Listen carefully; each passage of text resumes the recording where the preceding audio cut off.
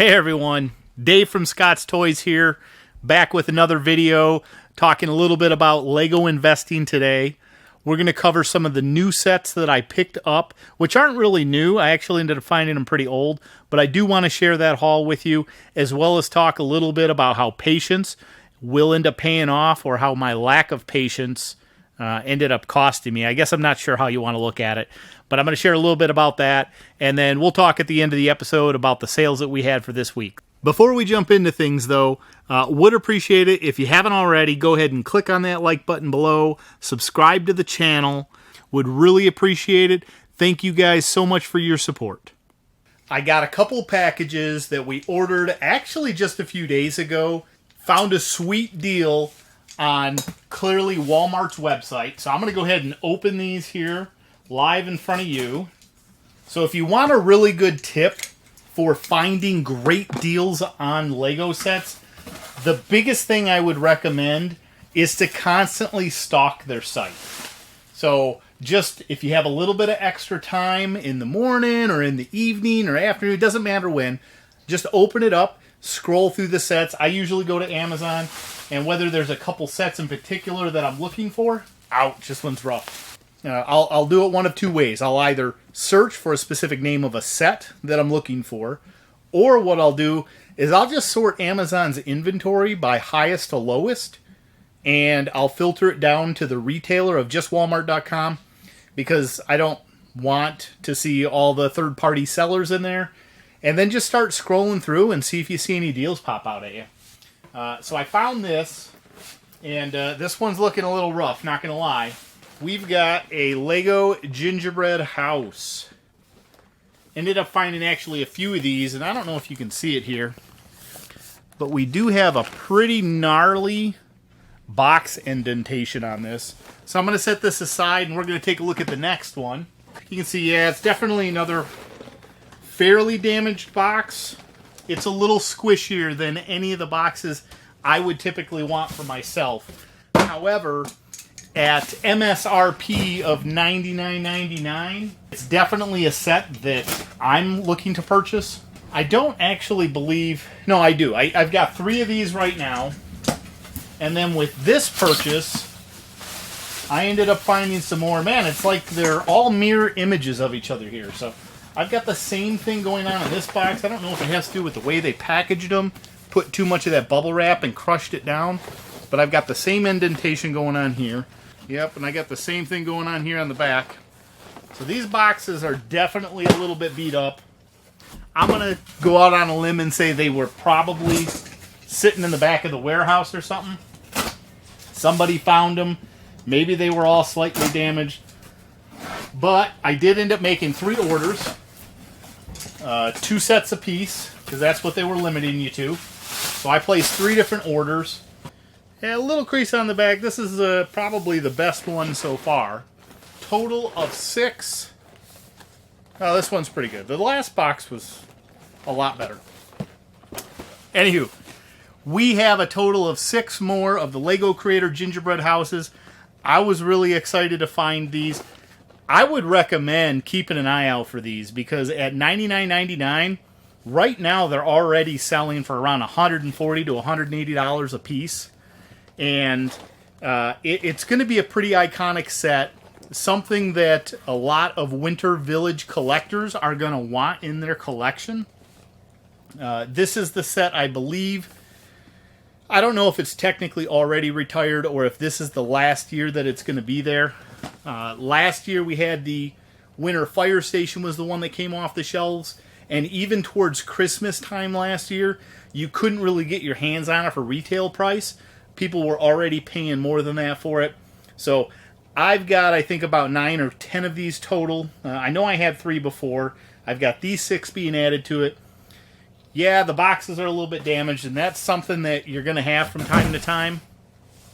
But I would rather have these with a little bit of a damaged box than to miss out on it altogether.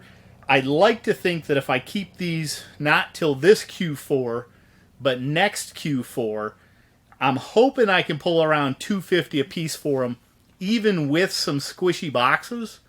And at $250 a pop, that's a 250% return on my investment.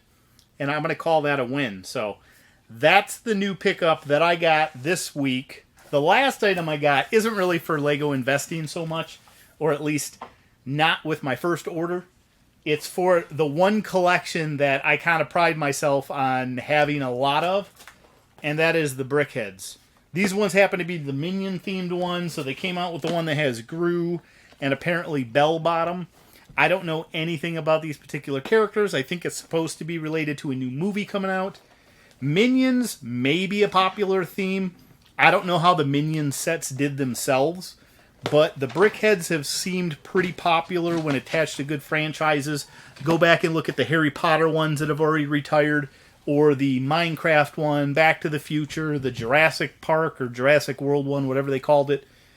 All the themed or licensed property Brickheads tend to go up quite a bit in value. So I'm hopeful that these do the same.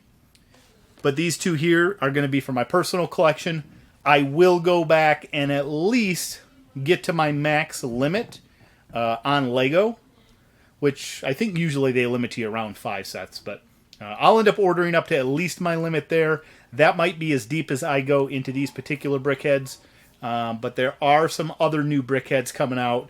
We got the DuckTales series. I think we got Daisy Duck.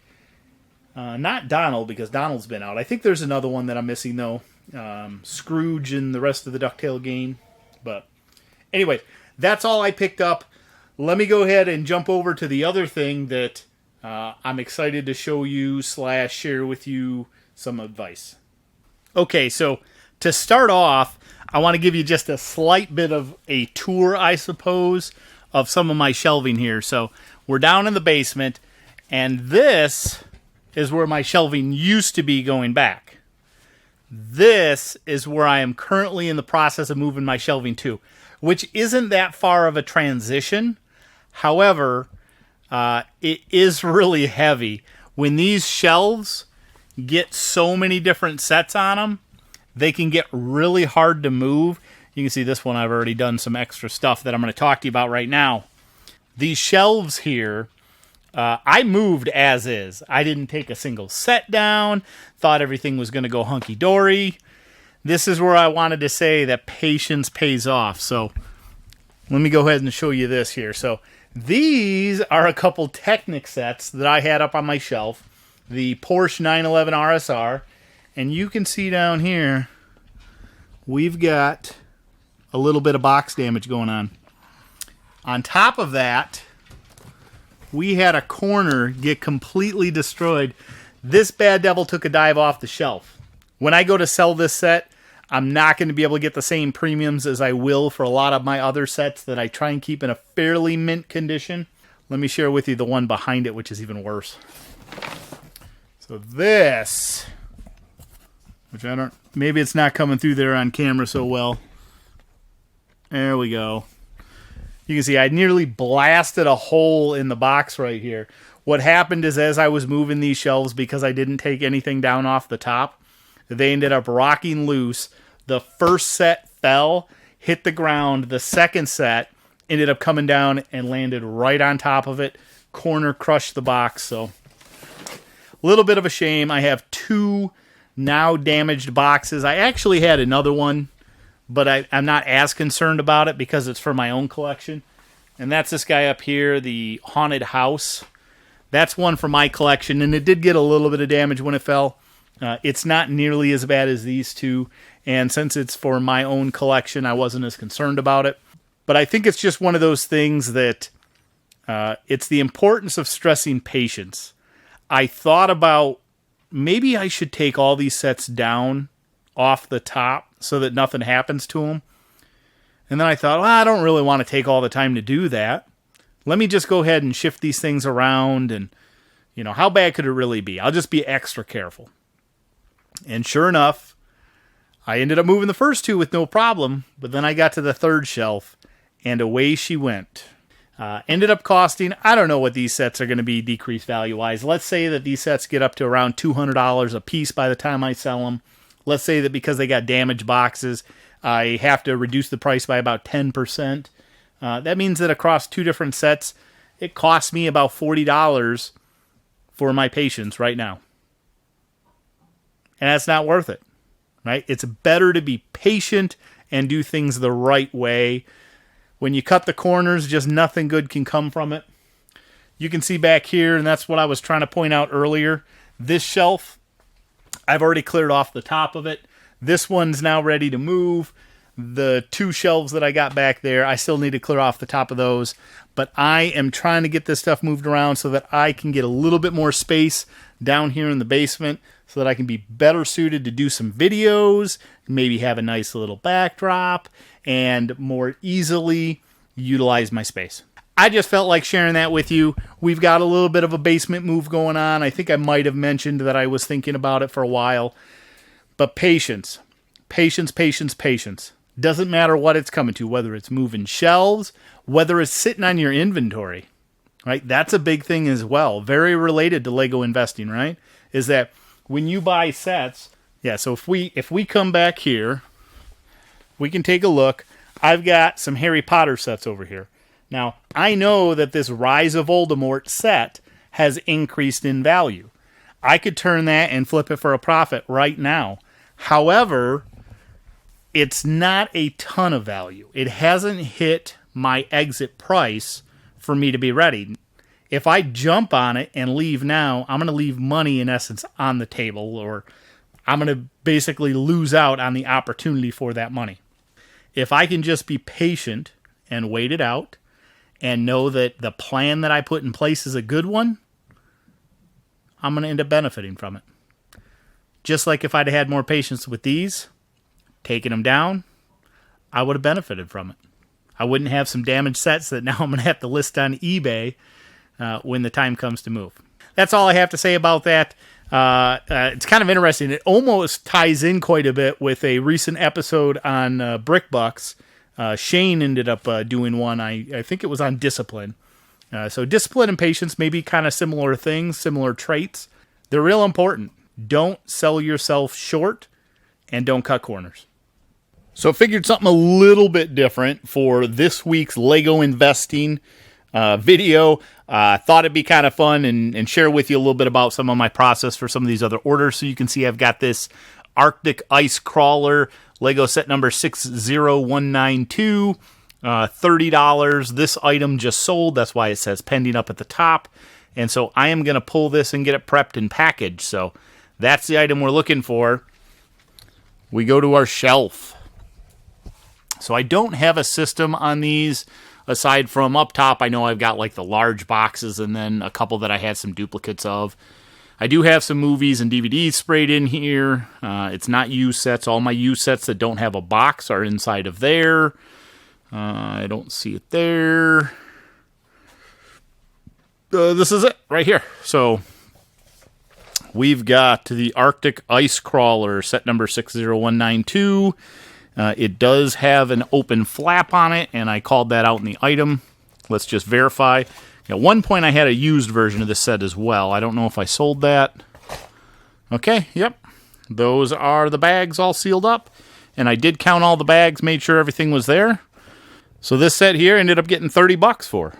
So I'm going to go ahead and put that over here on the table, and now we got to get that packed up. So I see that it sold for $30, and we got $9 shipping, which means that after being boxed, it weighs somewhere between 1 to 2 pounds, which means I can put this in a priority mailer. Let me go grab one of those.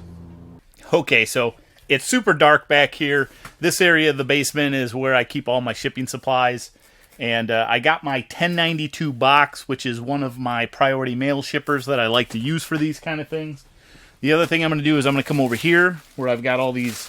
They call them void fill, in essence, and I apologize. This lighting is so bad. But I'm going to go ahead and grab some of these so that I can ensure that the set is not going to move around. So here we go. Back over to the other stuff. Got the item down here. I like to throw some bubble wrap around them just to try and ensure that no little scuffs or damage gets done to the set. I'm just going to tape up the one end. The other ones I'm kind of okay leaving a little bit loose. Sometimes I will tape them up, however. We're just going to leave them loose for today. I got my priority shipment box here, which is super washed out based on the color of this. But I've got my priority shipper. What I'm going to do is I'm going to go ahead and take 2 void fill, put them down on the bottom. We're going to take our set. We're actually going to put it in sideways here and slide it on down so that it's sitting on top of the void fill on the bottom. We're going to take 2 more pieces of void fill. We're going to go ahead and put that on the top so that now I can seal the box up. Before I do, though, I do want to give a thank you card as well as one of our little business cards. So we're going to slide those down in the box. Is pull, and this is one of the things I like about these priority mailers. They got the self-adhesive on them, so all you got to do is pull it and then seal up the set.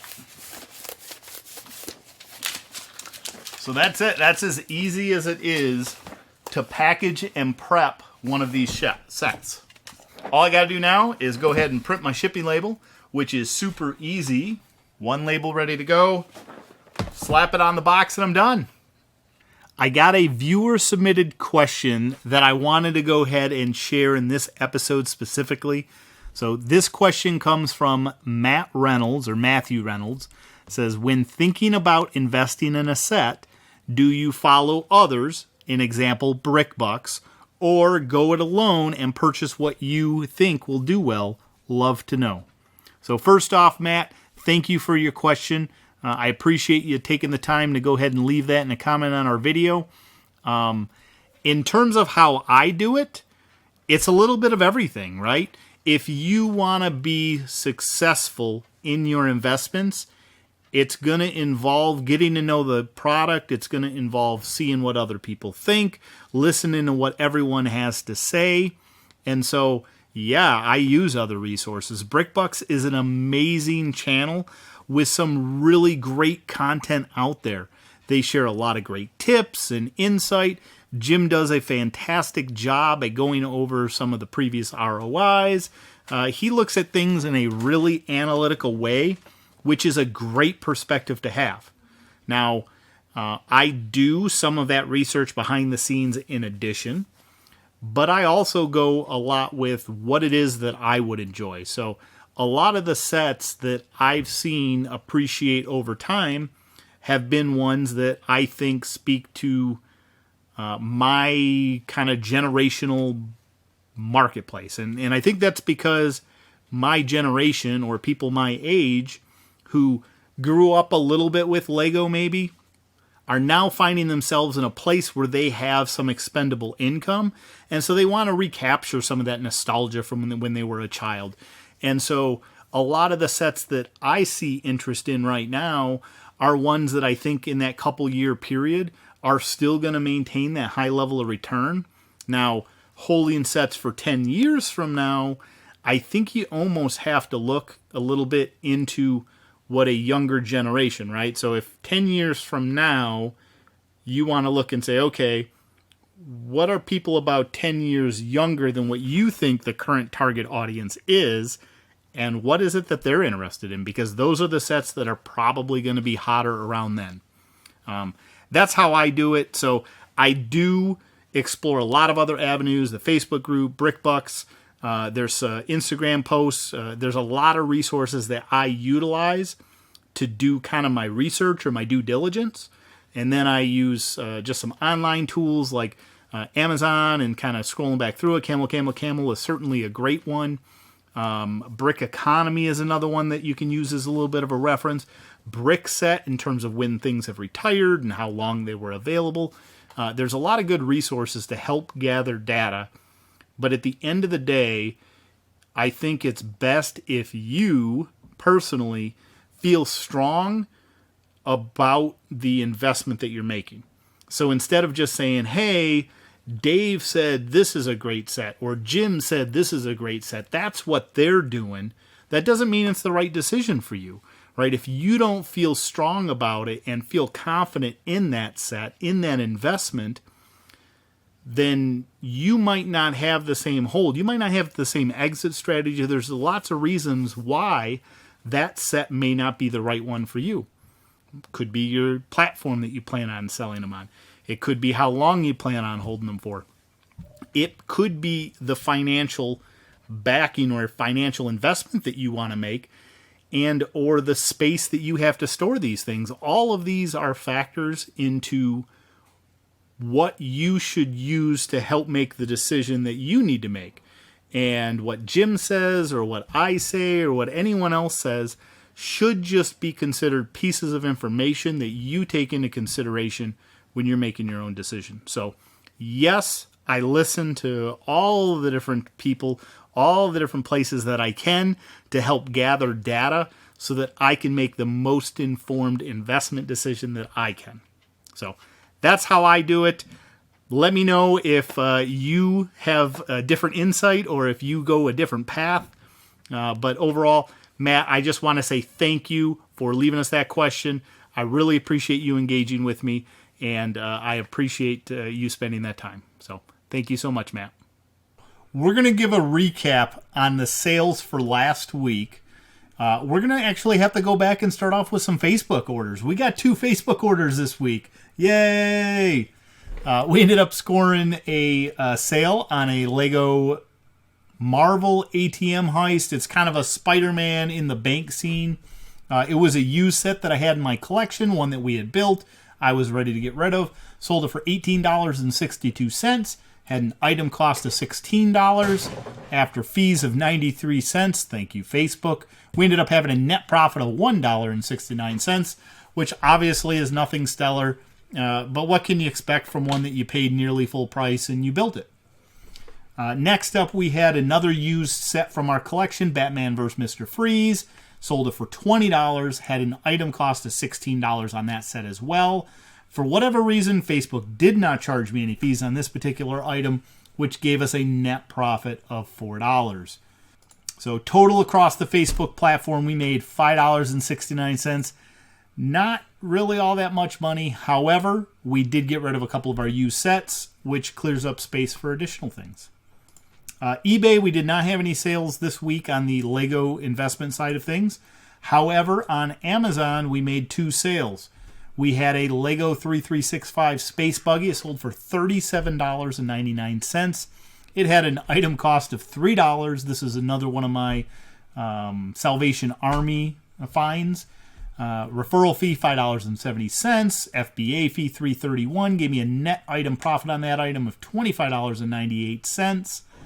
Next item that we had that we sold was a Lego 31054 Blue Express. This is one of the small 3-in-1 trains. Sold it for $37.87. This is something that cost me $5. Referral fees of $5.68 with FBA fees of $3.31. Gave us a net item profit of $23.88 on that. I'm going to go ahead and skip Amazon's totals and go right to the overall scheme of things to share with you how we did last week. And we had a total sales of $114.48.